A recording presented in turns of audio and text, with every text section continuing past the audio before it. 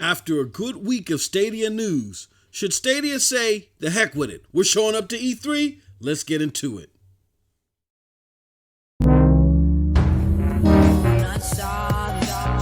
Stay sick cause I follow my gut. They say I was pushing my luck. I'ma push me a matte all black truck. Oh, I'm not sorry.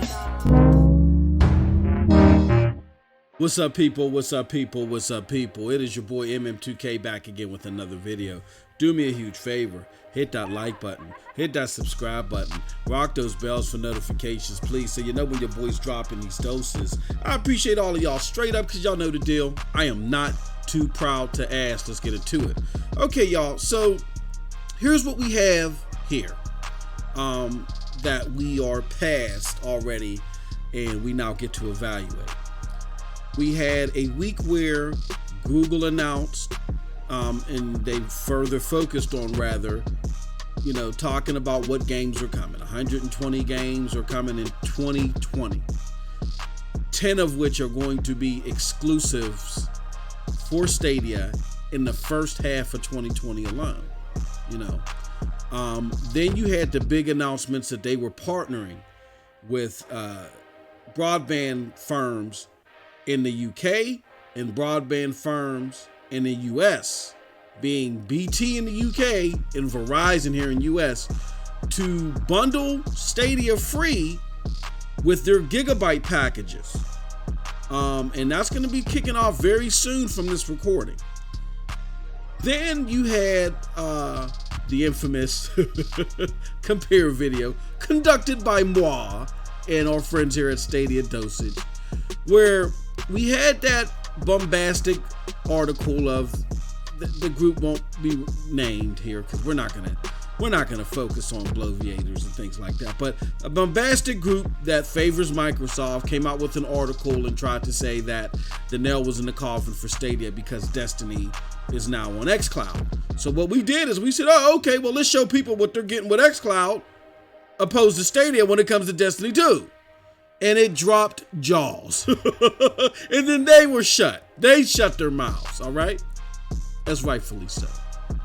Then lastly, we had some people, they said, with all that, to heck with this good news. We can't take this.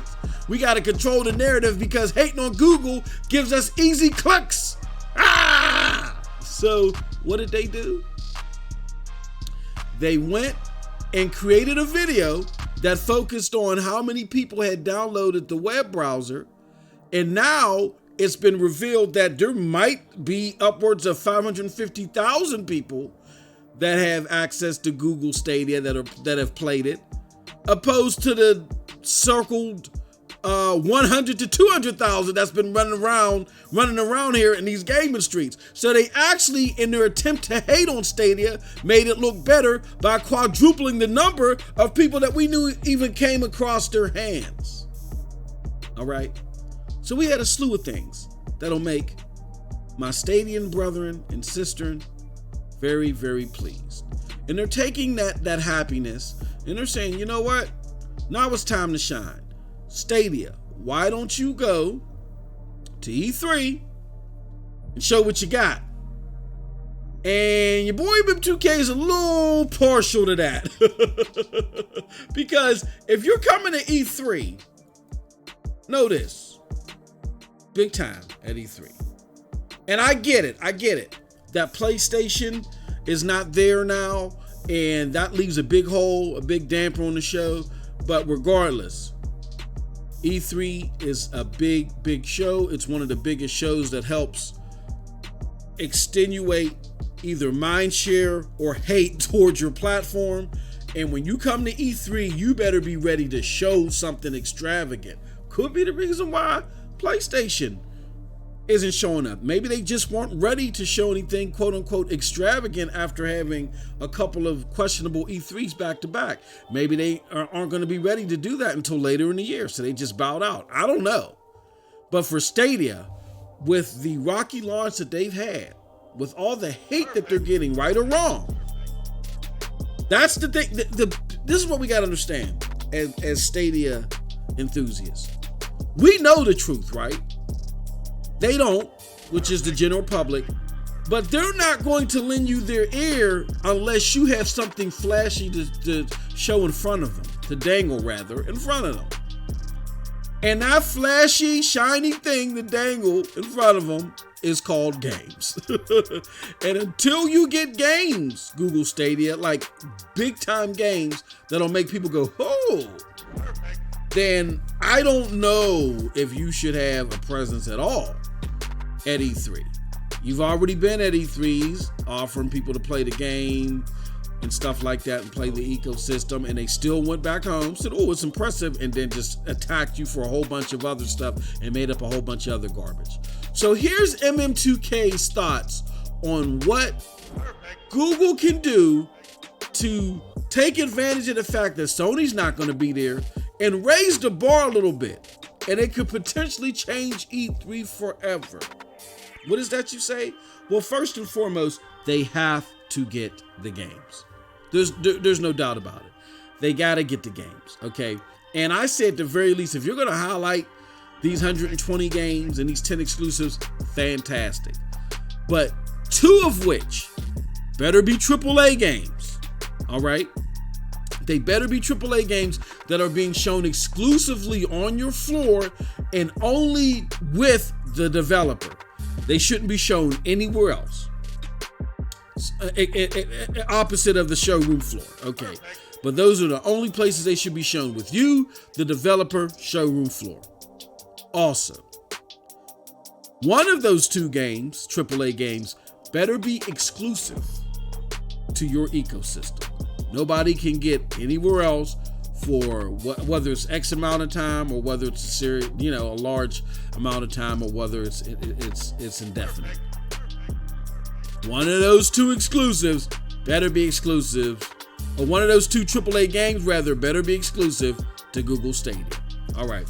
On top of that, I think what we need to do also, on top of the games though, is that this is a big opportunity for Google to change the dynamic of E3. Now, how could they do so? Well, there was rumors floating around, or not rumors, but a big suggestion, and I thought it was a very smart one, that people were saying that Google can do because you can play their games off a web browser to kind of shake up the dynamic at E3. Now, they compare it to what I presume Blizzard does at its BlizzCon, and correct me if I'm wrong in the comment section, that for people that don't show up there, they sell you these packages where you can buy BlizzCon packages at home that allows you to play certain demos or access certain things that are at BlizzCon showroom floor via Steam or whatever the case may be. That would be an excellent idea if Google Stadia brings that format or brings that type of interaction to E3.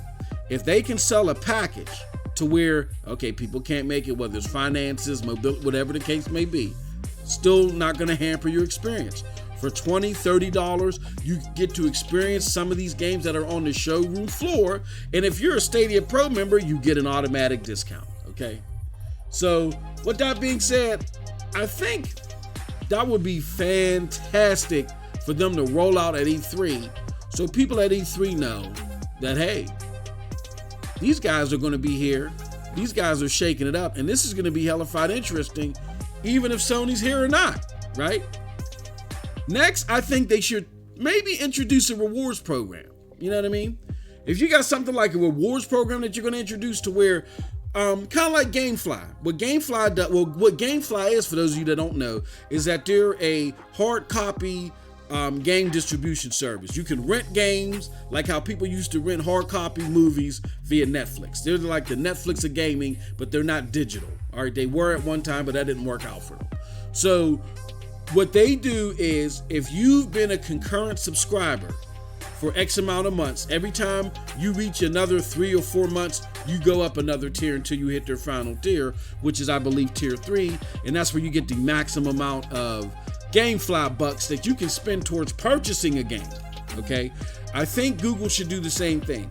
If you're a pro member for X amount of months, you go up in tiers, but every month they'll give you a kickback, maybe start off with a couple bucks until they work their way up to all the way up to $5 or $10 or whatever they deem is the cap. And then they give you that back in Google credit so you can buy more games. That would be great. I think a second part of some type of announcement in that fashion would be founders. Some of your most staunchest and your earliest supporters. They should be put in the top tier automatically. You know what I'm saying? That would be great. That would be great. And that, even though everybody doesn't benefit from that, that would show the community that you're not this evil thrower of babies into erupting volcanoes that some of these YouTube content creators want them to believe you are. You know what I'm saying? So something like that will go a long way towards mindshare. And lastly, I think to really blow the roof off, I would not necessarily introduce, but talk about the fact that you guys are looking to do a service-based model. All right. Now, if you got something like this brewing, maybe it would be a good time to start talking about it. If you don't, that's fine. I don't really think that you need it so much. As if you got the games, you got the games, right?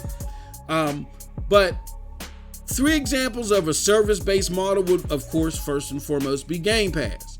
But, you know, I really doubt that one because you don't have the games lined up to even try to attempt to do something like Game Pass. I mean, you can start off slow, but you know what's going to happen. They're going to pound you for the first year or two until you build up that library, you build up rapport with developers, and you really make the service worthwhile because Game Pass is going to have more games in it. Or you could just, or what you could do is, instead of doing a strict Game Pass model, is utilize the relationship that you have with Uplay Plus, which is very similar to Game Pass, but it's full of Uplay games. And I'm going to tell you, for me personally, for a lot of gamers that love AAA content, the games that drop day and date in Uplay Plus are hell of a more favored than the Xbox exclusives. I mean, okay, Halo could potentially blow the roof off, but opposite of that, it's not comparing to anything else that Uplay has to offer. So what I would do is I would bundle Uplay Plus in with Google Stadia for a very cheap price. Right now, the system to get access to the service, is $14.99. I would make Uplay Plus in culmination with Google Stadia $15, maybe $20 maximum for both services. Okay. And last but not least, I would do something similar to a GameFly model, where GameFly, what they do is they give you access to any 2 or 3 or 4 games at one time that they have in their catalog, regardless of when they drop or whenever. And to make sure that people don't abuse the system, what I would do is make it to where you can only swap out once a week. You can only swap a game once a week. You know what I'm saying? So what GameFly currently does is they'll ship you 2 games for $24.99 or something like that. They'll ship you 3 games for $32 and so forth and so forth. What I would do is look at GameFly's model, cut it in half. You do something like that with the caveat that you can only switch out a game once a week. You know what I'm saying? And I think that would be a great deal for Stadia members as well if you want to go that route. But you got 3 ways that you can do a service-based model if you want to go in that direction. You got 3 choices and you can do all 3 to give people options. You know what I'm saying? But those are things that I definitely think that you need to come with if you are going to come to E3. You either got to have, you got to have games, not either. You got to have, I think, a reward system that you're going to announce. And lastly, maybe just scratch the surface a little bit as it relates to service-based models like a Game Pass or what GameFly is doing. So that's it from your boy, because, hey, look, I'll just say this before I go. You got to bring something that's going to open eyes at E3, especially after the botched AMA and the rocky launch. Don't come up to E3 just feeling good off of this temporary rush. If you're not ready to commit, you know what I'm saying? Then you best omit. Do not come to E3. You're gonna be at GDC. You're gonna be at some other places. Plenty of opportunity for you to gather mindshare there. But E3 is gonna be a very special place, particularly this year. And gamers ain't gonna play no games this time around. So you don't want to be caught in the crossfire of angry gamers because Sony just decided not to show up. And with that said, that's it from your boy MM2K. Let me know what you think about what I had to say in the comment section below, because like I always say, who cares what I think? But if you did like what I had to say, check out the links below to follow me. Those links will lead you to the PNTS Network, Broadband Bullies, Hard Knock Digital Culture, and the Stadia Dosage, of course. And with that said, you all have a wonderful gaming day. Peace.